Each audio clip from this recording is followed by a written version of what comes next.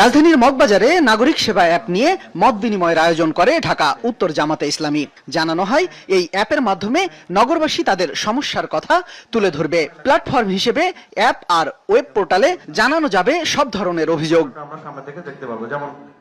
ঢাকা উত্তরের আমির বলেন, দায়িত্বহীনতা ও উদাসীনতার কারণে নগর জীবনে দুর্ভোগ, ভোগান্তি ও অস্বস্তি এখন চরমে। সমস্যা নিরসনে দায়িত্বশীল রাজনৈতিক দল হিসেবে জামাতের এই উদ্যোগ।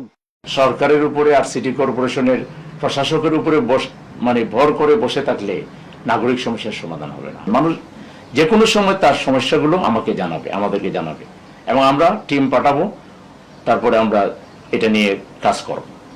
তো সেই চিন্তা থেকে কাজ শুরু, কয়েকদিনের ভিতরেই অ্যাপ তৈরি হয়ে গেল এবং আমরা সাংবাদিক সম্মেলন করে সেই অ্যাপটা উদ্বোধন করেছি।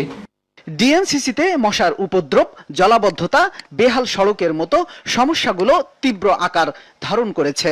নাগরিক সেবা অ্যাপের মাধ্যমে নগরবাসী তাদের সমস্যার তথ্য জানালেই প্রশাসনের সহায়তায় সমাধানের চেষ্টা করবে জামাত। অ্যাপ তৈরি করার মাধ্যমে মূলত আমরা চেয়েছি একেবারে রোড লেভেলে জনগণের সাথে কানেক্ট হইতে।